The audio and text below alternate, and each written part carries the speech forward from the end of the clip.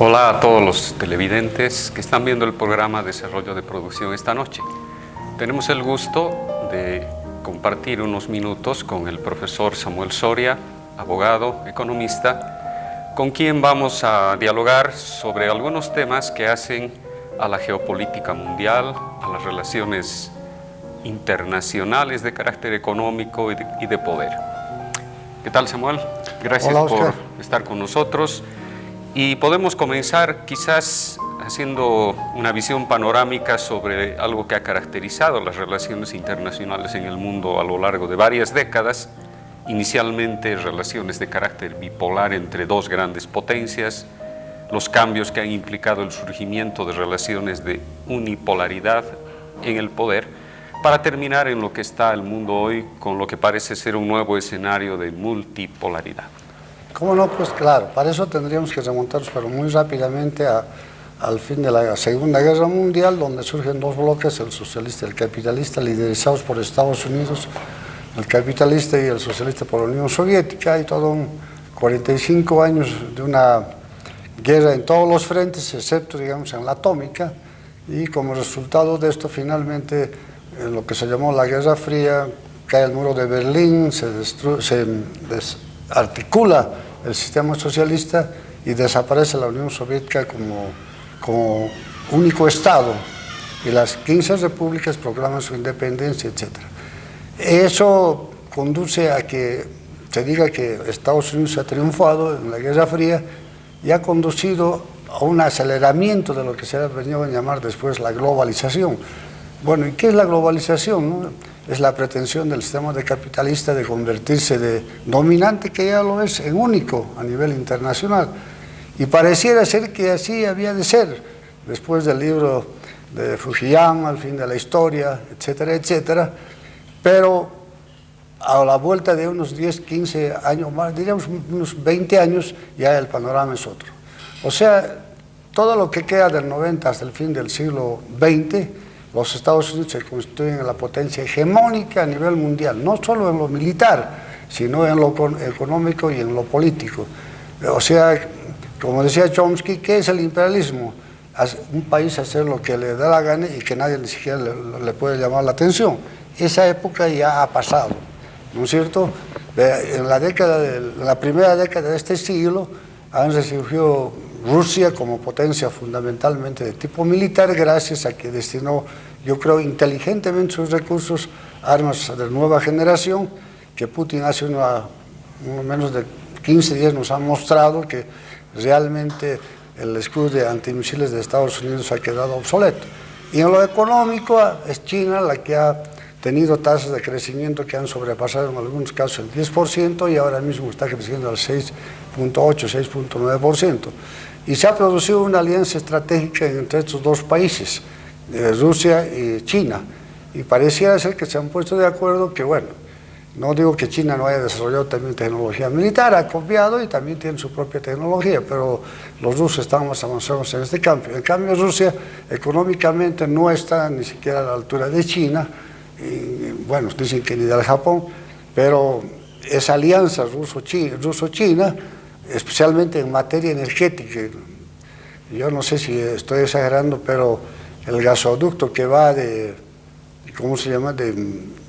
Kust hasta Harbin tiene un diámetro de casi 4 o 5 metros, es algo realmente asombroso. Entonces ya son relaciones muy claramente establecidas. Entonces, ya con eso ha terminado la bipolaridad, o digo la unipolaridad, y en este momento ya estamos viviendo un mundo multipolar, tanto en lo político, en lo económico y en lo militar.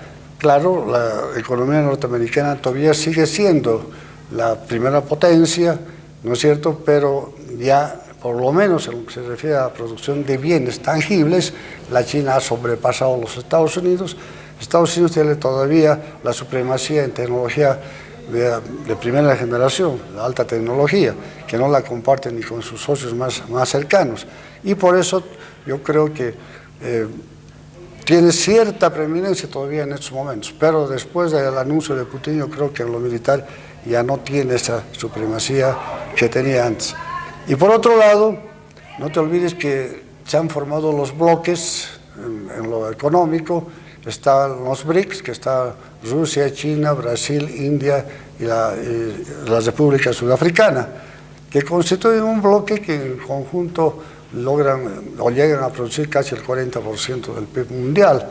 Y está el bloque europeo, Estados Unidos, Europa y Japón, un segundo bloque.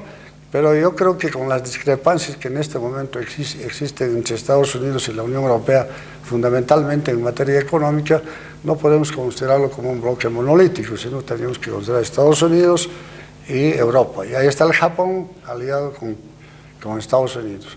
Y en el bloque anglosajón, con el Brexit, Gran Bretaña está mucho más cerca ahora, inclusive económicamente, de Estados Unidos que de Europa.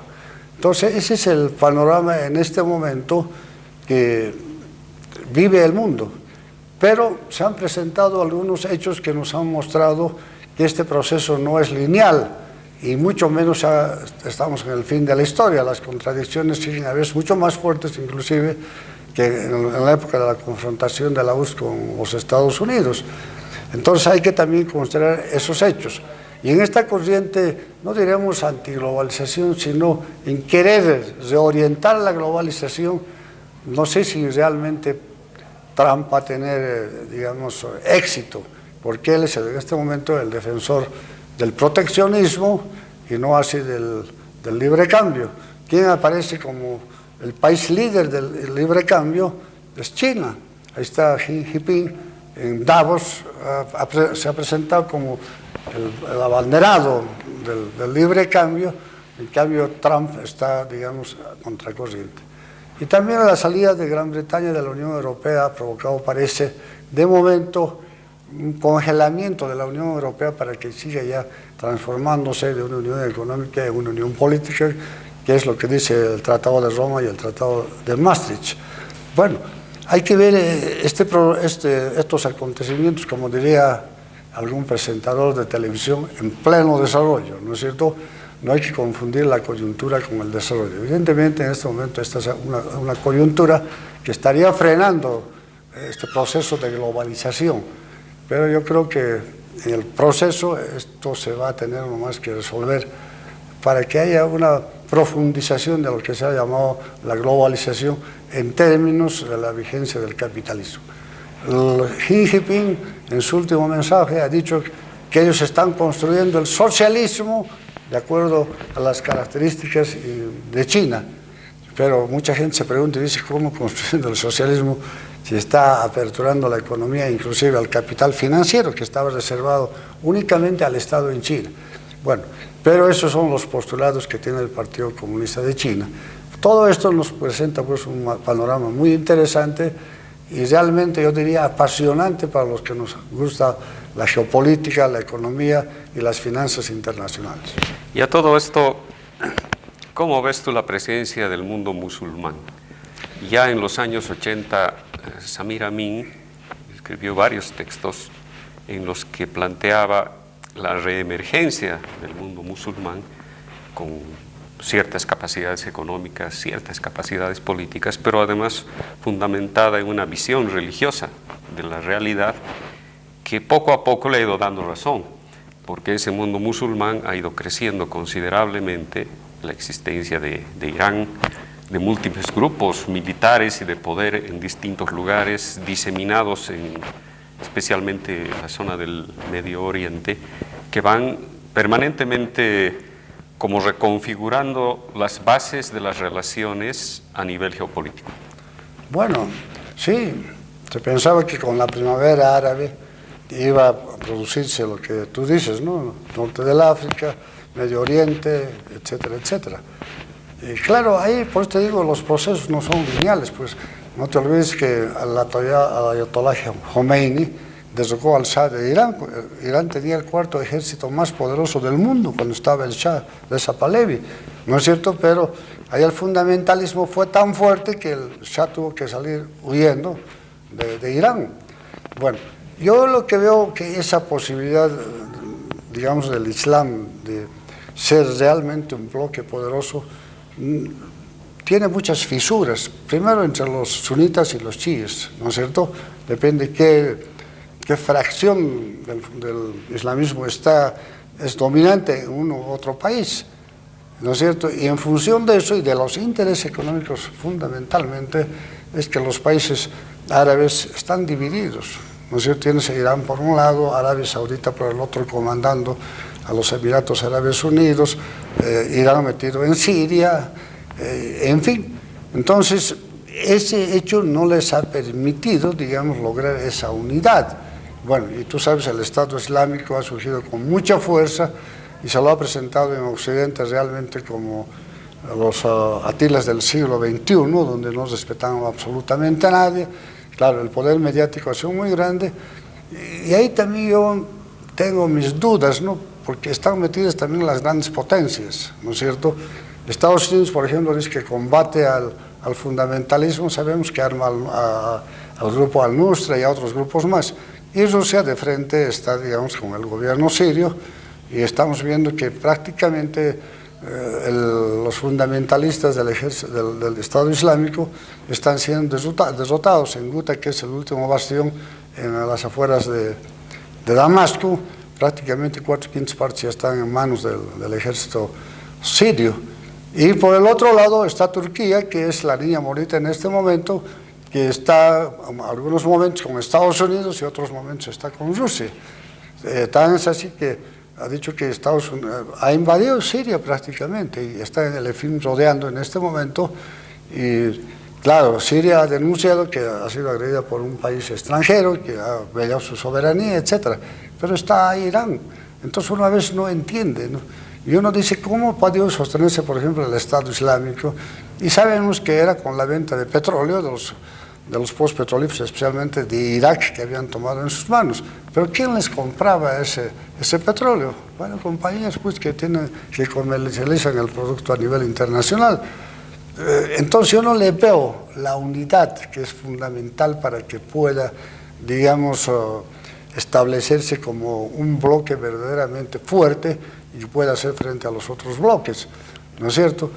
Tendrían que limar muchas de sus asperezas, pero es tan difícil. Por ejemplo, hay un odio a muerte entre Arabia Saudita e Irán, ¿no es cierto? Por eso que Israel también se mantiene tranquilo, no solo por el respaldo absoluto que tienen de los Estados Unidos, sino que sabe también que Arabia Saudita está ahí a su lado, ¿no es cierto? Porque está enfrentado a Irán, y el objetivo es liquidar a Irán. Irán está con Rusia y está con la China. O sea, por usted decía hace un momento que el mundo en este momento es pues multipolar, no solamente en lo económico, sino también en lo político y militar. ¿Y qué tal si vamos echando un poquito más de condimento a esta salsa, refiriéndonos acerca de las finanzas mundiales? ¿Cómo percibes el desarrollo reciente de los flujos mundiales de capital y sus características?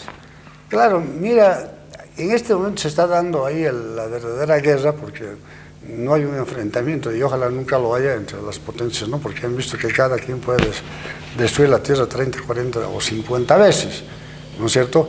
Entonces la lucha se está dando entre estos bloques que hemos señalado en materia financiera. ¿Quién controla esos flujos internacionales de capital? Y justamente ahí está la posición de Arabia Saudita, que no está de acuerdo con la desdolarización de la comercialización del petróleo. Y por otro lado, China y Rusia están porque se desdolarice. Inclusive a Rusia le paga la China por su petróleo y su gas en yuan renminbi y ya no en dólares. Bueno, esa posición había también aceptado Maduro como el primer productor en América Latina, pero la cosa ahora se ha venido a menos.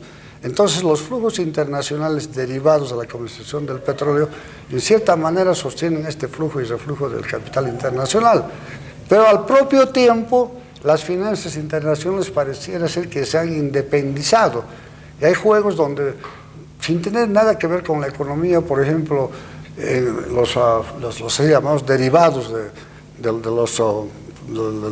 los precios del petróleo, de los índices financieros, etcétera, etcétera, que le llaman activos subyacentes, en este momento son juegos que pueden proporcionar fortunas a estos actores financieros internacionales, como por ejemplo Warren Buffett, Solomon Brothers, después está el famoso, ¿cómo se llama?, uno de los dueños de la mina de San Cristóbal, George Soros, que han constituido lo que se llama a nivel internacional la AAA, que son los que realmente manejan las finanzas internacionales. Cada transacción en la que ellos intervienen en el mercado de finanzas internacionales son de $1.000 millones, y en cada transacción ganan 100, 200 millones como si fuera algo habitual, ¿no es cierto? Entonces, ahí por un lado eso. Y por otro lado está que a los chinos quieren realmente sustituir al dólar como moneda vehicular. ¿Qué quiere decir esto? Que el dólar se acepte en las transacciones internacionales de comercio exterior y en las transacciones financieras. Y todavía, inclusive en el mercado forex de divisas en Londres, el 82% de las transacciones son en dólares. Y está después un poco rezagado el euro, el yen, etc. Y China, que quiere entrar con su yuan renminbi. No te olvides que China tiene más de 2 billones, pero billones cuando nosotros hablamos de billones estamos pensando en millón de millones. Tiene más de 2 billones de dólares de activos financieros de los Estados Unidos. Las leyes de la tesorería de los Estados Unidos están fundamentalmente en manos de la China. Entonces la China está en una situación un tanto difícil, porque si el dólar deja de ser moneda vehicular, va a caer. Y al caer también, digamos, la riqueza en papeles de China también va a caer. Entonces hay toda una serie de cosas, ¿no? Pero los que manejan las finanzas internacionales en este momento son los grandes actores internacionales como los que te he dicho. Y China tampoco está exento de esto. Tienes el grupo Alibaba, por ejemplo, que también trabaja fundamentalmente tanto en la bolsa de Nueva York como en la bolsa de Hong Kong y de Shanghái. Y así hay otros grupos, los rusos, que no tienen una posición financiera tan envidiable, digamos, también están operando. Si ya te digo, los ingleses todavía tienen el London Stock Exchange, que es el principal mercado de divisas, y el de Chicago, el de... Entonces, dentro de estas finanzas internacionales, a nosotros nos parecen que son sueños, ¿no es cierto? Uno, por ejemplo, te digo, en el mercado de Londres, en el London Stock Exchange, cada día se negocian 5 billones de dólares y son casi un cuarto del PIB norteamericano, pero estamos hablando de un día, ¿no es cierto? Entonces todo eso hace que las finanzas sean las que dominen el panorama internacional, y los chinos y los rusos están tras, digamos, tener una mayor participación en ese mercado. Inclusive quieren sustituir al sistema monetario internacional que está liderazado por el Fondo Monetario Internacional y el Banco Mundial. Por eso han creado el Banco de los BRICS y está el Banco de China, ¿no es cierto? Porque quieren realmente que el dólar deje de ser la moneda vehicular. Y en medio de ese marebaje está América Latina y está nuestro país. Claro, contemplando cómo son las cosas, a veces sin comprender la magnitud de ese mercado y a veces, digamos, siendo pesimistas de que no se puede hacer nada. Eso es lo que te quería plantear ahora. En este contexto de relaciones de poder internacionales, más que en el campo económico, pero en el campo económico también, ¿no? ¿Cuál es el rol de los países latinoamericanos? Y a lo mejor también reflexionar un poquito sobre la posición que puede tener Bolivia en ese contexto internacional de poder, economía y finanzas tan complejo. Claro, bueno, mira, Latinoamérica había comprendido, igual que Europa comprendió después de la Segunda Guerra Mundial. Después de la Segunda Guerra Mundial dijo, nos unimos y estamos listos, porque hay dos colosos contra los cuales no se puede hacer nada, ¿no es cierto?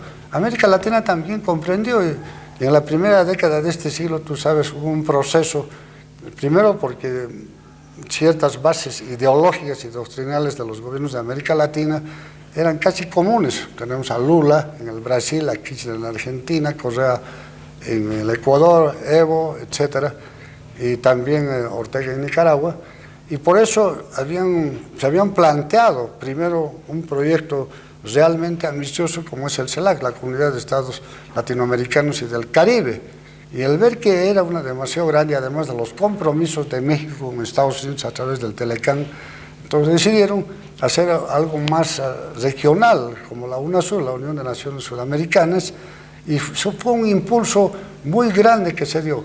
Pero en este momento realmente la cosa está congelada porque a quienes los líderes de este proceso ya no están. Me olvidé de mencionarte a Chávez, ¿no es cierto?, en la conformación de todo este proceso, que fue el que liderizó con plata la formación del Banco Sur, de la UNASUR, por ejemplo, que tiene 20.000 millones de dólares y 10.000 millones de capital ya depositado, pero que no está operando. Venezuela, Brasil y Argentina pusieron a 2.000 millones de dólares. Nosotros como país pequeño pusimos así junto con el Paraguay, ¿no es cierto? Bueno, y después Chile, Perú, etcétera, 970. Y también ya quisieron avanzar con el Sucre como moneda virtual, aunque después se transformó simplemente en un sistema de compensación regional. Bueno, y en este momento está pues el proceso paralizado y lógicamente en esta reconformación de los bloques, por un lado está China, está viendo a América Latina en lo económico y Rusia en lo militar, ¿no es cierto? Pero ahí está la reacción también de los Estados Unidos, ¿no?, de Tillerson y toda esa gente que quiere volver a que Latinoamérica sea realmente su verdadero patio trasero y no como antes. Y en todo esto está nuestro país. Evidentemente, parece que se está rectificando lo que en principio se había dicho de que Bolivia era una economía blindada. Por una razón, como me decía Luis Arce Catacora, el exministro de Finanzas, en una conversación que tuvimos en la Universidad Católica, de que la Bolsa de Valores de La Paz era tan débil que no tenía ninguna relación, pero se olvidó pues de que los flujos de capital, que es lo que caracteriza las finanzas internacionales, se deben al comercio exterior en el caso de nuestro país. La venta de gas al Brasil, a la Argentina, era la que nos proveía de recursos financieros para poder hacer la inversión pública y para poder sostener estas tasas de crecimiento que tuvo Bolivia en los años anteriores. Teníamos una balanza de pagos favorable, reservas internacionales creciendo, cosa que ya no se ve en este momento. Por tanto, ahora tenemos que saber administrar la escasez para no, digamos que si es que hay una recesión más fuerte, que el aterrizaje no sea tan violento, sino más o menos, digamos, suave. Comprender que no estamos blindados, nadie está blindado en el mundo, ni los Estados Unidos, ni China, ni nadie. Eso es fundamental, que ahora parece que hay esa comprensión. Y para terminar, dado el contexto actual de los alegatos de la Haya, ¿cómo percibes tú dos cosas? Por un lado, si las negociaciones con Chile y la eventualidad de un acceso soberano al Pacífico puede tener importancia en este contexto geopolítico latinoamericano, y por otro lado, ¿cuán pertinente es la posibilidad de que Bolivia pueda avanzar en negociaciones con Chile en esa dirección? Hay que dividir la cosa en dos partes, ¿no? Uno es la demanda en La Haya, donde yo creo que vamos a tener éxito, porque realmente los argumentos que se han presentado, he visto los alegatos de Belcea ayer, y ahora de la abogada francesa, y ahora ya van a ir a la parte jurídica, ¿no?, doctrinal, etcétera, etcétera, para explicar la posición de Bolivia. Yo creo que ahí vamos a tener éxito. Pero lo que va a ocurrir después de eso es lo que realmente preocupa, porque los chilenos son soberbios y nos han mantenido pues más de casi 130 años en la situación de que sí, que mañana, que yo dije, no dije, que ofrezco esto, ofrezco lo otro. Y son gente bien hábil. Yo he vivido 5 años en Chile y conozco que a los bolivianos nos trataban como casi, no te diré subhumanos, como dijo el almirante Merino alguna vez, que parecíamos llamas, ¿no? Y creen que no somos capaces de tener una posición firme y única. Por eso yo te digo, francamente, hay que aplaudir a este gobierno con esa iniciativa de demandar y la personalidad de Evo Morales, que ha ido a Chile y se ha plantado firmemente. Ahora yo, bueno, puedo discrepar con el MAS, discrepo realmente en política interna, especialmente respecto al referéndum del 21 de febrero, pero yo creo que la posición de todo boliviano debe ser apoyar no solo la demanda, sino las negociaciones que van a tener, porque los chilenos han dicho, lo hemos escuchado a Piñera ya en su posición, que no van a ceder 1 centímetro cuadrado.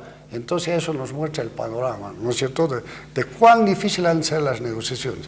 Sentar a Chile y obligarle a que realmente nos ceda digamos, un territorio con acceso soberano sobre el Océano Pacífico. Así que habrá que prepararse y también en este momento la universidad que vaya pensando para coadyuvar en este proceso. En un programa anterior yo señalé que la universidad no está cumpliendo su rol y ahora pues es cuando va a venir la negociación y hay que tener que también la Universidad Boliviana en general y la Universidad Mayor de San Simón decir su palabra para apuntalar este proceso de negociación que no va a ser fácil. La Cancillería chilena tiene mucha experiencia de años. Entonces nosotros también tenemos que tratar de elevar nuestra capacidad, nuestra habilidad de negociación para obtener aquello que estamos deseando. ¿Tú crees, muy brevemente, que hayan otros países latinoamericanos que puedan alinearse del lado de Bolivia? Bueno, en este momento es un tanto difícil, pero claro, hace la primera década sí muchos estaban con nosotros. En este momento tal vez sea Cuba, Venezuela y en alguna forma, no sé si la Argentina, pero no te olvides que la Argentina también estaba muy cercano ahora en la posición de Piñera. Macri estaba a su lado y fue el que agradeció, digamos, en nombre de toda la representación, ¿no? El Perú, bueno, entonces no tenemos, digamos, algún panorama claro en ese aspecto. Yo creo que tenemos que confiar fundamentalmente en la unidad de nosotros los bolivianos. Y en nuestras propias capacidades. Sí. Gracias, Samuel. A ustedes también por su atención y hasta la próxima semana.